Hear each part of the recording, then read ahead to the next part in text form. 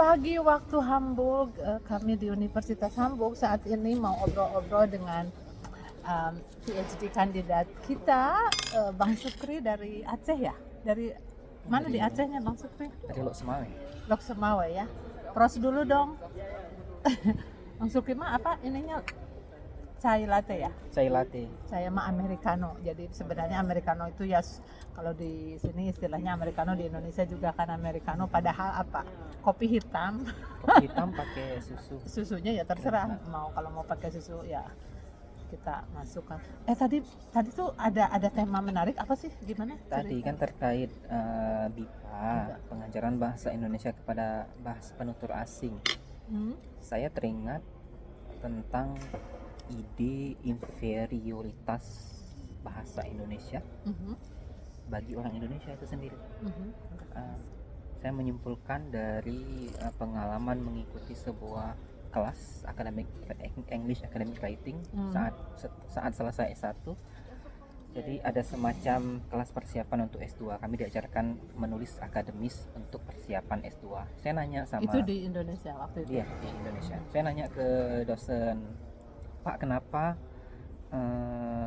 media Jakarta Post yang menulis berita Indonesia dalam bahasa Inggris selalu menerjemahkan nama-nama institusi dalam bahasa Indonesia ke bahasa Inggris, seakan-akan media ini memang memiliki otoritas gitu, resmi untuk memberikan istilah baku terhadap istilah baku bahasa Indonesia, diberikan istilah baku dalam bahasa Inggris yang kemudian diadopsi oleh penulis-penulis ilmiah, oleh media-media yang lain.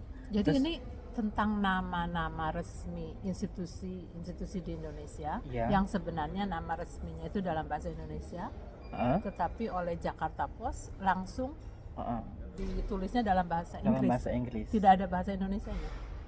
Saya tidak pernah ketemu bahasa Inggris, langsung diberikan bahasa Inggrisnya gitu ya. Jadi saya nanya, kenapa menurut Anda fenomena ini maksudnya apa? Beliau mengatakan bahwa itulah inferioritas kita berbanding penutur bahasa Eropa, yang mana mereka punya istilah superioritas bahasanya sendiri. Jadi contohnya seperti ini, bagi orang Indonesia istilah internasionalisasi itu apa-apa menginggriskan apapun. Jadi termasuk seperti ini, orang yang mengajar bahasa Eropa dari level A1, gurunya tidak menggunakan bahasa selain bahasanya.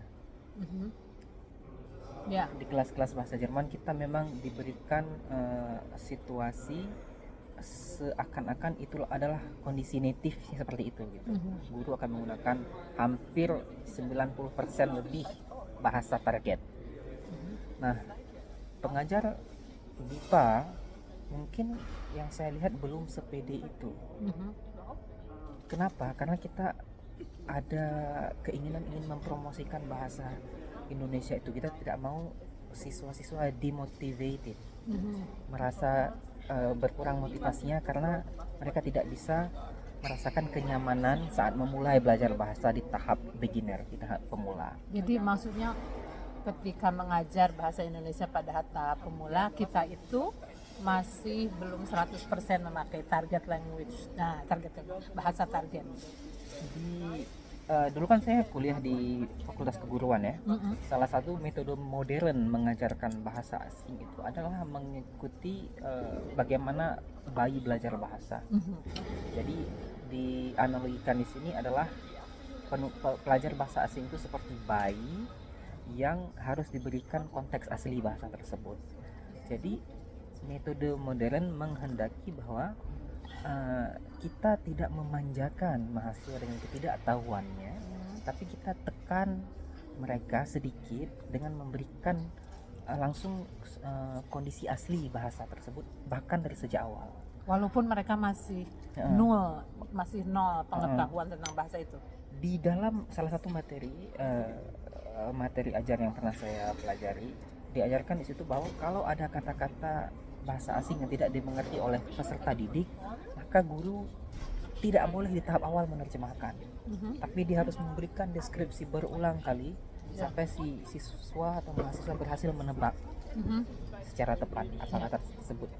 Ada yang mengatakan metode ini diciptakan untuk save the face para para guru asing ini untuk menyelamatkan muka guru asing. Harga diri mereka lah. Karena ya mereka tidak mungkin harus memanjakan kita dengan bahasa selain bahasanya. Jadi digunakanlah metode ini supaya dia tetap bisa nyaman mengajar dengan bahasanya. Ini kalau kasusnya pengajar bahasa asingnya langsung native-nya ya.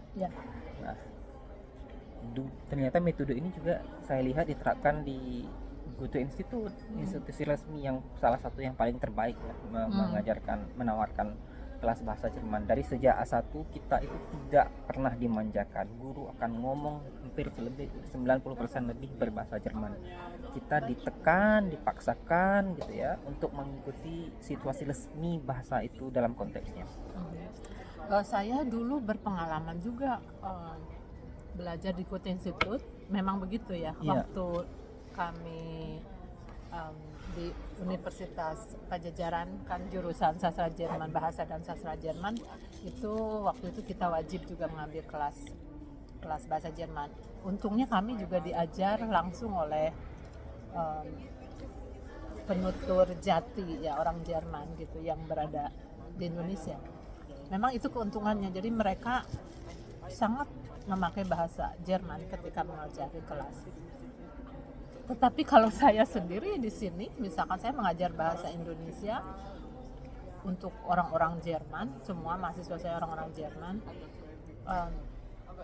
sering saya merasa seperti harus menerangkan dalam bahasa mereka ketika ada pertanyaan-pertanyaan yang saya pikir memerlukan penjelasan gitu. Nah itu masih konflik ya, karena kalau minggu-minggu pertama atau bulan-bulan pertama ada satu masalah gramatik atau tata bahasa yang saya harus jelaskan, apalagi bersangkutan dengan budaya di Indonesia, ya itu akhirnya saya memang suka mengubah itu ke bahasa Jerman. Tetapi mungkin kalau topik yang pengajaran memang kita berusaha ya untuk menyampaikannya selalu dalam bahasa Indonesia. Tetapi saya kira saya sendiri belum 100% konsekuen dengan metode itu. Sebab belakangan metode itu kan dibantah lagi bahwa tidak apa-apa mencampur menggunakan bahasa pendidik, bahasa awal peserta didik. Tapi ya itu dia, metode yang pertama tadi saya sebutkan itu lebih populer di kalangan pengajar bahasa Eropa. Yang penutur asli bahasa Eropa saat harus mengajarkan bahasa mereka ke peserta asing gitu. Nah, saya lihat pola yang sama juga terjadi pada guru-guru bahasa Asia Tenggara lain gitu. Ya, di sini. Di Asia, mereka ingin mempertahankan motivasi peserta didik dengan cara membuat mereka sedikit nyaman gitu, supaya tidak frustasi, tidak terlalu ditekan dengan kompleksitas bahasa target di awal, tapi diajarkan secara bertahap. Memang semacam ada keseragaman gitu dalam bahasa Asia Tenggara ini yang masih dianggap sangat asing gitu, sangat eksotis bagi orang Eropa, sehingga mereka harus mengenali tata bahasanya dari bahasa mereka dulu. Betul. Melalui bahasa mereka dulu, kemudian saat mereka sudah merasa nyaman, tidak merasa terbeban, sudah mengetahui dasar-dasarnya, baru mereka sedikit siap menggunakan bahasa target secara sedikit lebih intensif. Terus kalau di universitas itu masalahnya mereka itu studi ya, jadi bukan kursus bahasa. Jadi yang disampaikan itu studi ya, bukan melulu bahasa komunikasinya saja, tapi ada penjelasan yang harus kita berikan kepada mereka seperti itu. Jadi bercampur ya, kadang ketika kita mengajar bahasa itu, saya misalkan sedang mengajar bahasa Indonesia, saya juga harus menyampaikan poin-poin yang berhubungan dengan budaya Indonesia, dengan politik, sejarah dan sebagainya. Jadi bercampur ya, bukan misalkan melulu hanya saya mengajarkan bahasa untuk supaya mereka bisa berbicara, ya seperti itu. Terus buku yang dipakai juga memang buku yang supaya mereka bisa belajar mandiri di rumah. Jadi ada percakapan-percakapannya, ada latihan-latihannya, itu semua bahasa Indonesia, tetapi perintah-perintahnya masih dalam bahasa Jerman misalnya, atau ada keterangan tentang budayanya juga masih dalam bahasa Jerman. Memang buku itu yang saya pakai juga sengaja karena memang itu bahasa pengetahuannya bahasa Jerman, dan anak-anak bisa mendalami sendiri di rumah istilahnya sebagai pekerjaan rumah tanpa guru ya. Tapi itu juga mereka kan studinya di wilayah Jerman dan belum pernah ke Indonesia kebanyakan ya. Jadi memang tugas kita lebih berat sebenarnya daripada beda kalau mungkin mengajar bahasa Indonesia di Indonesia, di Bandung atau di Jogja atau di Bali, karena situasinya anak-anaknya itu si para pelajarnya itu belajarnya di tanah Republik Indonesia. Jadi mereka harus mampu 100% lah di dalam kelas juga untuk belajarnya sepenuhnya dalam bahasa Indonesia. Bagaimana kalau Bang Sukri sendiri pengalaman di sini kan belajar bahasa Jerman ya misalnya. Sekarang misalkan ada tambahan pelajaran bahasa Jerman untuk para mahasiswa asing di Universitas Hamburg. Ceritakan dong metodenya atau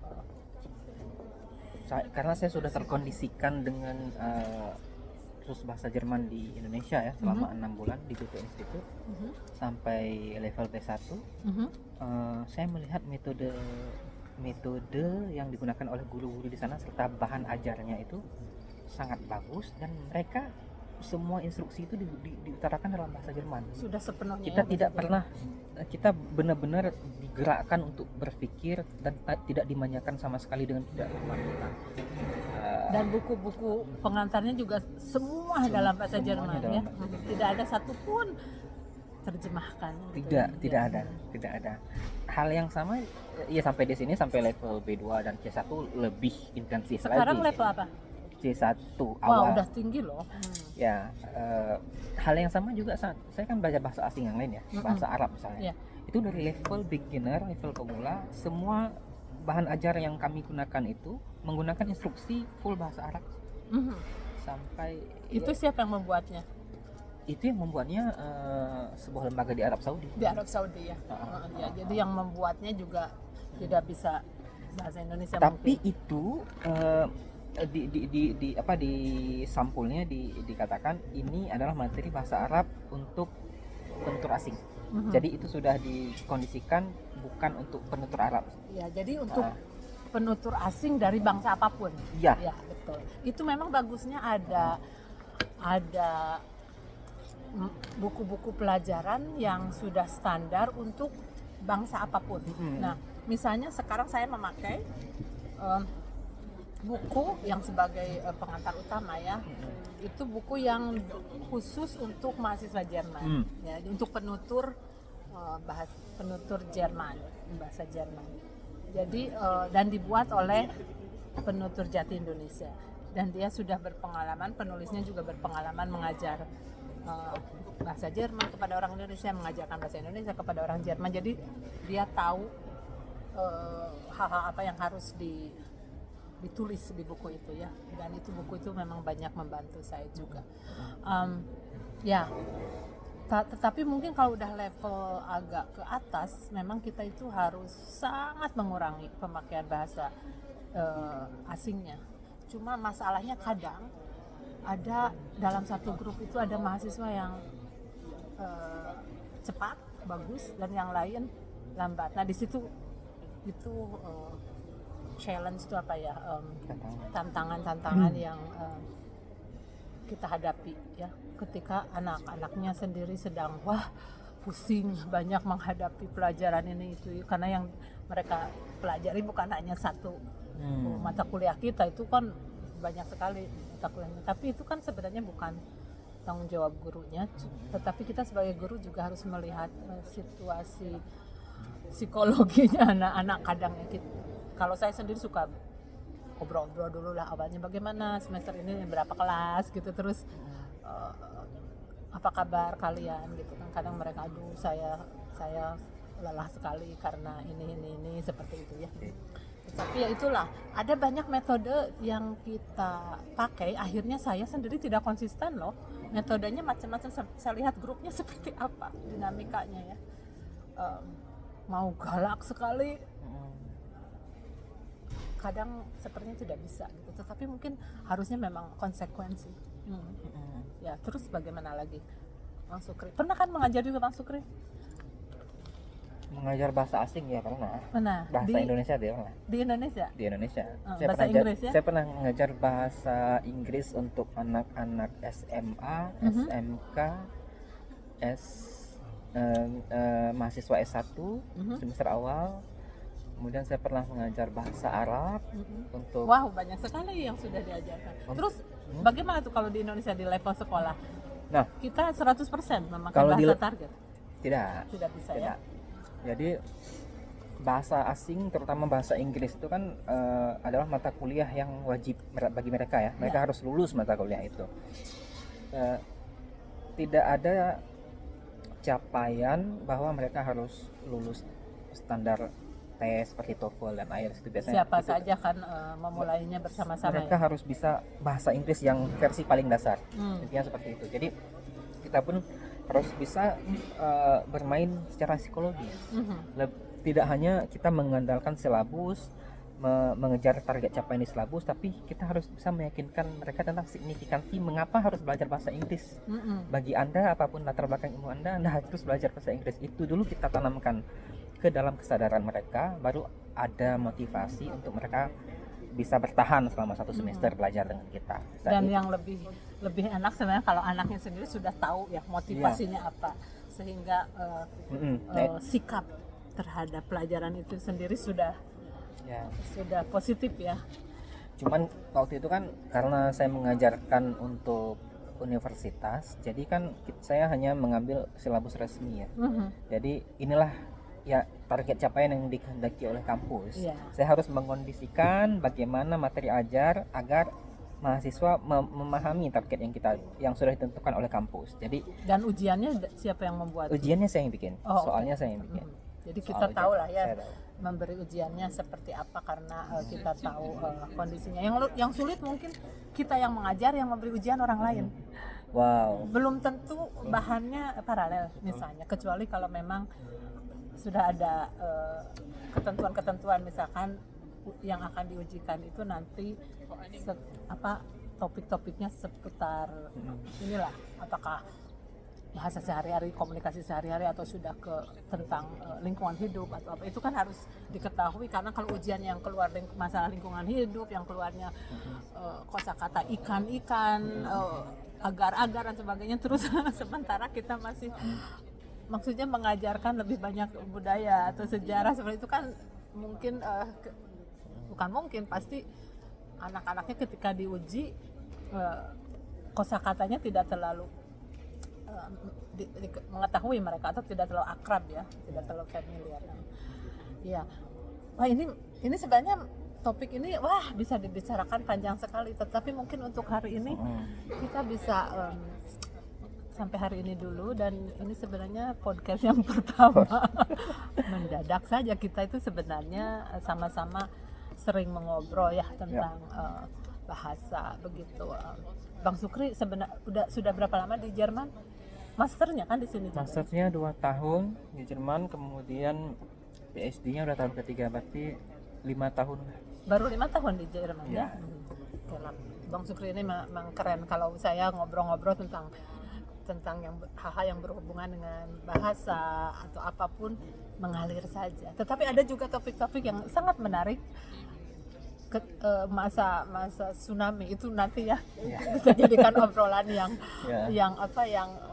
menarik sekali. Dan yang sebelumnya misalkan pemakaian bahasa Aceh ketika masih adanya masalah grup GAM di Aceh dengan pemakaian bahasa Indonesia. Nah itu juga saya tidak tahu sebelumnya. Wah, ini menarik sekali. Nanti kita obrolkan bersama ya. Oke, sampai di sini dulu. Salam dari Universitas Hamburg di Jerman Utara.